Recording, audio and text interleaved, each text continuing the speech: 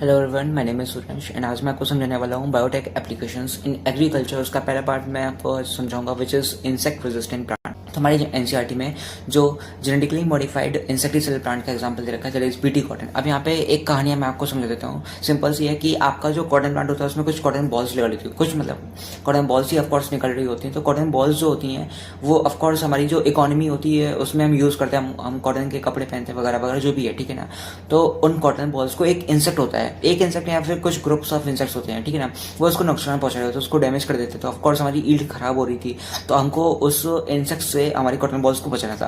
पर हमने ऑब्जर्व किया, साइंटिस्ट ने ऑब्जर्व किया क्या कि आपके वो जो कुछ इंसेक्ट्स थे उनको कुछ बैक्टीरिया नेचुरली किल कर सकते थे। मतलब क्या, कैसे? एक बैक्टीरिया होता है, उसके कुछ वेराइटीज थी, कुछ उसके स्ट्रेन्स थे। उस बैक्टीरिया का नाम था बैसिलस thuringiensis, ठीक है ना।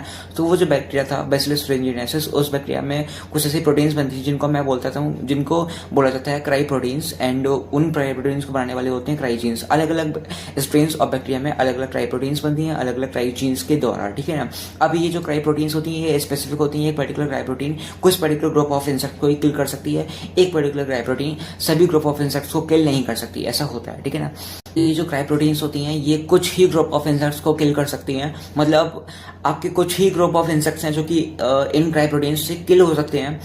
और कैसे किल होते हैं वो उसका प्रोसेस मैं आपको आगे बताने वाला हूँ। बट आपके कुछ ही इंसेक्ट्स, ग्रुप ऑफ इंसेक्ट्स हैं जो कि इन क्राई प्रोटीन से किल हो सकते हैं। सभी इंसेक्ट्स आपके इन क्राई प्रोटीन से किल नहीं हो सकते हैं।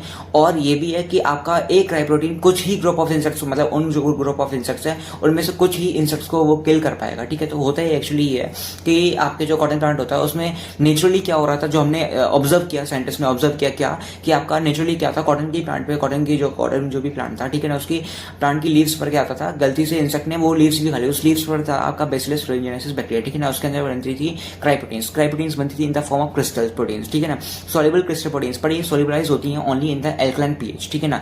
एल्कलाइन मीडियम होता है ना। अब जो ऐसा कि आपका जो इंसेक्ट होता है उसका जो मिडगट होता है ना, उसमें क्या होता है, एल्कलाइन पीएच होता है, ठीक है ना। तो वो बैसिलस thuringiensis में तो इनएक्टिव फॉर्म में प्रोटीन्स बनती थी, ठीक है ना।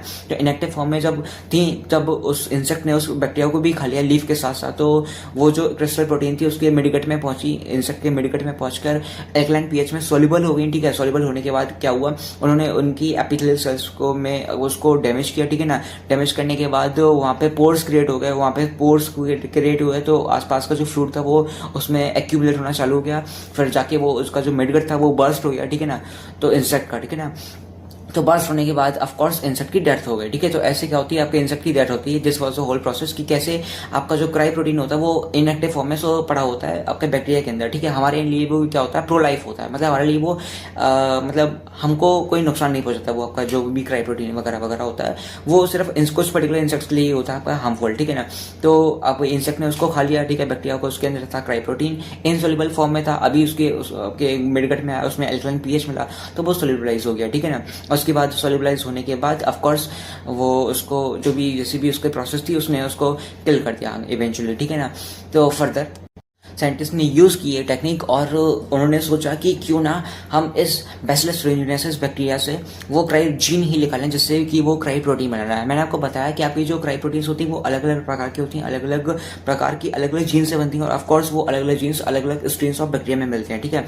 जो कि बैसिलस thuringiensis का जो बैक्टीरिया होता है, ठीक है ना, उसके अलग अलग स्ट्रेन्स होते हैं। तो अलग अलग स्ट्रेन्स में अलग अलग जीन्स मिलते हैं, क्राई जीन्स अलग अलग मिलते हैं, ठीक है ना। ओके, तो ठीक है, बस यही हुआ कि आपके उन साइंटिस्ट ने क्या किया, उस जीन, वो जो आपका डिजायर्ड जीन था दैट वाज क्राई जीन, वो एक डिजायर्ड जीन था, उसको एक्सट्रैक्ट किया। एक्सट्रैक्ट करने के बाद ऑफ कोर्स उसको प्लाज्मिड डीएनए जो कि एग्रोबैक्टीरियम ट्यूमिफिशियन से लिया गया आपका प्लांट्स में, हमको ये आपका यहाँ पे रिकॉम्बिनेंट डीएनए आपका जो था वो हमको प्लांट में डालना था, ठीक है, प्लांट में ट्रांसफर करना था। प्लांट में ट्रांसफर कर रहे हैं तो उसके लिए हम plasmid DNA of course use करेंगे, है ना। तो उसमें अपन ने अपना desired gene which was cry gene, उसको अपन ने जो भी बायोटेक का एप्लीकेशन का यूज करके, बायोटेक यूज करके अपन ने जो भी करना था वो किया और फिर अपन ने उसको प्लांट में ट्रांसफर किया। तो उससे हमने बनाया बीटी कॉटन, ठीक है ना। कॉटन प्लांट में जब अपन ने बैसिलस thuringiensis का जो क्राई जीन था उसको जब अपन ने ट्रांसफर कर दिया तो हमारा जो प्लांट बन गया, रेडी हुआ, दैट वाज बीटी कॉटन। उसको हमने वो एक जो जेनेटिकली मॉडिफाइड ऑर्गेनिज्म बन के रेडी हुआ, प्लांट बन के रेडी हुआ, उसको हमने बोला बीटी कॉटन, ठीक है। तो अब वो खुद ही अपने आप को इंसेक्ट से रेजिस्ट कर सकता है, जैसे ही उसको, क्योंकि अब उस प्लांट के अंदर खुद ही अब वो जो क्राई प्रोटीन है वो बन रही है। तो उस इंसेक्ट, वो जो इंसेक्ट है जो भी उस कॉटन प्लांट को खा रहा है, ठीक है ना, तो वो अब खाएगा, मर जाएगा, ठीक है ना। अब वो इंसेक्ट की फैमिली उस वाले कॉटन प्लांट को नहीं खाएगी, ठीक है ना। तो ऐसे हमारे कॉटन प्लांट सेव हो सकते हैं, ठीक। और जैसे कि मैंने आपको बताया कि आपकी जो क्राई प्रोटीन्स होती हैं वो कुछ पर्टिकुलर ग्रुप ऑफ इंसेक्ट्स के लिए क्या होती हैं, स्पेसिफिक होती हैं, क्योंकि मैं ये क्राई प्रोटीन जो है वो पर्टिकुलर ग्रुप ऑफ इंसेक्ट्स को ही किल कर सकती है, ठीक है ना। तो हमारी जो मतलब हमारा जो सिलेबस है उसमें कुछ आपके ग्रुप ऑफ इंसेक्ट्स मतलब कुछ इंसेक्ट क्लास के कुछ ऑर्डर्स रखे हैं, बताया गया है कि इन ऑर्डर्स के लिए कि जो क्राई प्रोटीन्स होती है वो हार्मफुल होती हैं। तो वो जो ग्रुप ऑफ इंसेक्ट्स हैं बताया गया है, सबसे पहला जो ऑर्डर है वो आपका है लेपिडोप्टेरन्स है, दूसरा ऑर्डर है आपका कोलेप्टेरन्स एंड तीसरा है डिप्टेरन्स, ठीक है ना। लेपिडोप्टेरन्स में जो इंसेक्ट के एग्जांपल दे रखे हैं वो है आपका tobacco budworm, army worm, cotton bollworm and corn borer, ठीक है ना। और फिर आपका डिप्टेरेंस में एग्जांपल है आपका flies and mosquitoes and coleopterans में एग्जांपल है beetle. And the last thing is कि आपकी जो क्राई प्रोटीन्स जो cry 1AC and cry 2AB gene के द्वारा जो क्राई प्रोटीन बनती है वो आपके कॉटन बॉलवर्म के लिए हार्मफुल होती हैं। कॉटन बॉलवर्म जो इंसेक्ट है उसके लिए टॉक्सिक होती हैं वो प्रोटीन्स, ठीक है ना। जो आपकी मैंने बताया कि आपका क्राई 1AC जो जीन है क्राई जीन है और क्राई 2AB जो जीन है क्राई जीन है, ठीक है ना। इसके द्वारा जो क्राई प्रोटीन्स बनती हैं ये आपको ये टॉक्सिक होती हैं किसके लिए, कॉटन बॉलवर्म जो इंसेक्ट है उसके लिए टॉक्सिक होती हैं। और दूसरा एग्जाम्पल दे रखा है कि आपका जो क्राई प्रोटीन होती है क्राई 1AB जो जीन होता है क्राई जीन होता है उसके द्वारा जो क्राई प्रोटीन्स बनती है वो हार्मफुल होती है, वो टॉक्सिक होती हैं कॉर्न बॉर्बर जो आपका इंसेक्ट होता है उसके लिए, ठीक है ना। तो this was all about it.